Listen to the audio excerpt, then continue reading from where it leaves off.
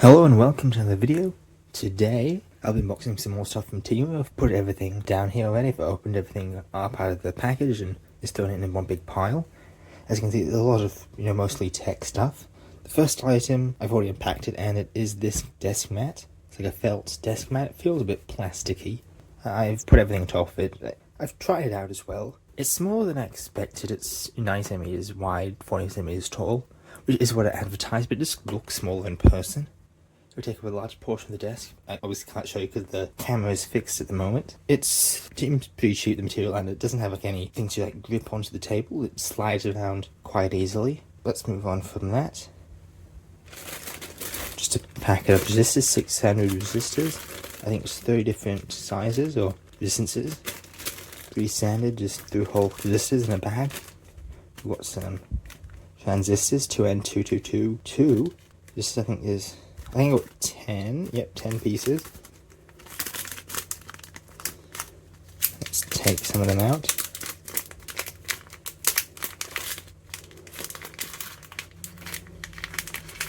So your standard thrill components got 3 leads. What you'd expect. This is resistor, transistor. Don't know how I can show that off other than just, I've got that here. Most of these items are for future projects I plan on doing.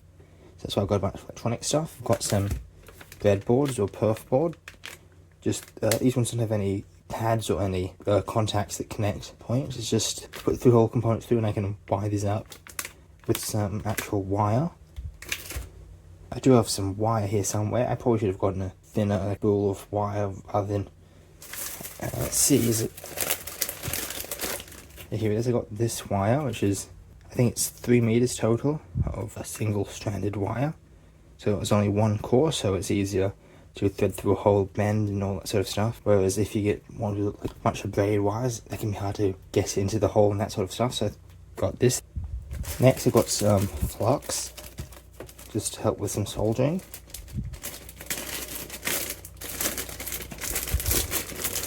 It's really necessary to put it in a bag and a tin. Obviously you want it in a tin to use it, but it's in a bag when that's sealed.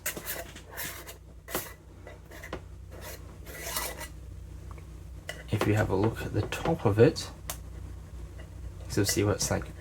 You harden these good little bumps on it. Flux. If I'm not soldering, I can't really review it. It's like a thick paste. We have this, which is it's a Velcro strip.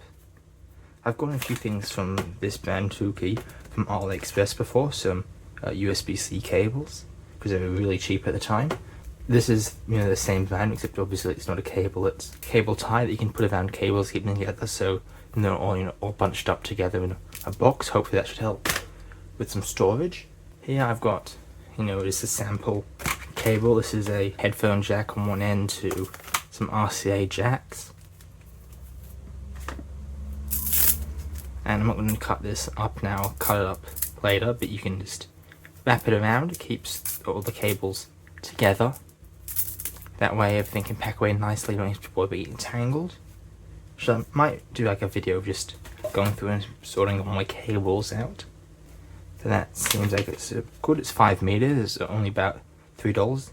That should do, a lot of cables, that should be pretty good. Next item.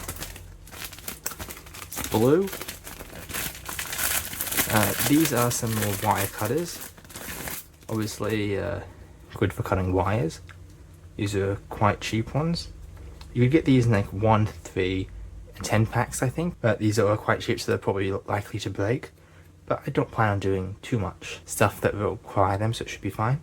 When I got these, because obviously everything comes back together, if you can see like 2 holes there, this was just like stuck through there with the sharp ends pointing out. Luckily I didn't grab it by that part, but it could have happened. I think it would be better if there was some sort of lock so you don't always have 2 stabby bits out. Getting to the end, so we've got 3 more items. Next, this one's not for any soldering or tech stuff, this is some shaving stuff. So I thought I'd try these. At the moment there's a number of shaving products. Mostly, razors. They're extremely cheap. This was just under $6. I think it was $5.80 something. And for this option, it came with 36 blades like this. These are only, 2 blades on a single thing, whereas cartridges for some other things have like up to 5 blades. Those are obviously more expensive. These ones are the cheapest combination you can find. So for $5.80, you get 36 blades. The actual handle in a little case, which is quite cheap. It feels a bit sticky, the rubber on here. This is like a very cheap mechanism. I saw just on Temu, they had ones of these that were compatible with like Gillette ones and had copies of their handles. The ones that were 5 blade obviously more expensive, and there was like 3 blade ones that was about this price, maybe 20% more. So this was the cheapest way to get blades. Obviously they're not compatible with Gillette or anything. I've never seen like this exact handle before. So the ones that were compatible with name brand ones obviously had the same handle as those products, but this one's just generic. I assume there's supposed to be some logo of a brand there. Obviously it's just missing. It's just white, or I guess grey. I'm not sure what they could call it. Rounded square or rounded rectangle.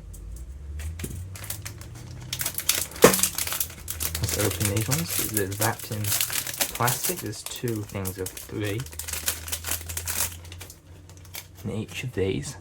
Let's actually get one on here before reviewing it. Let's see if we can figure this out. Does it go on? Obviously can't go into there. I'm trying to think. There's a little like protruding part in the middle. I'm trying to figure out where that would fit on. Or maybe that's just like a spring thing, so to push it off as soon as you've got it out. There we go. Not sure what this little plastic tab at the top's for. Looks like it's got like a rubber pad there. And if some like blades, ones that I've used in the past, have had like a hydration thing, but I think this is just rubber. Let's try to find out. I'll scratch it on my finger. It just seems pretty solid. I don't think it's like a rehydration pad or anything. Maybe it's just there for aesthetics. But it's got some blades, 2 of them. Looking close. Some of them, it looks like it's probably sharp, but the ends, like the actual blade part doesn't seem completely flat. So let me just shave my arm. Seems to cut reasonably well. Seems to be like razor sharp. Just looking at it closely, the blade seems like it's sharp, but it's completely like flat in the area of like the actual blade that's on an angle. Let's just put this back. Once you get used to it, it's actually quite easy. So you push it in to obviously open things up. And then you actually just push in the part in the middle and the center. They're a bit sticky in here, but you can get them out. Then you push to release. So the plastic case is obviously pretty basic, it's just plastic case. Not sure how this is supposed to sit in here without rattling around. I think that might go there. It's obviously going to move around. If I close it, yeah, it can still move. So I wonder if you put these cartridges. Wait a minute. Oh, it's breaking the actual plastic there. That's unfortunate. How do these fit in? I was thinking if maybe put those in, that might help, but it's not really shaped in a good way for that. Oh well, let's move on to the next thing. The next thing we've got is this Solda Sucker for a desoldering pump. Pretty basic packaging. It's made out of aluminium down here, plastic the rest of it. It's got a spring. Push down, locks in, you release it. I'm going to roll this down a bit. That pops back out as soon as you press the button. Because of the spring, it's supposed to suck up the solder. So instead of having to use something like solder wick, you can heat up the solder joint if you're trying to desolder, and use the suction to suck away the solder. And then you can obviously clean out the inside of this if it gets too full, but you should be able to get quite a lot of stuff done with this, and it should be a lot easier than using solder wick. It's quite cheaply made, but if it does the job, it does the job. There we go. I'm going to just release that first. But, unscrews, you can open it up. Pretty basic, simple item. Last item, but not least, a little anti-static bag. Not sure why they went and did that. Could have used a Ziploc bag like the flux came in. So this is the Solda Blade. As far as there's no stick or logo on it. There's a bit of sticky residue there, so it looks like it might be supposed to like have a sticker that some reason has come off.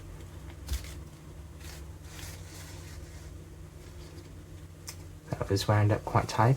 So this is just copper blade which you can use to desolder. If assuming it's got flux on it, you put it on the actual solder joint, heat it up, and through capillary action it should get sucked up into the blade to help you clean a joint.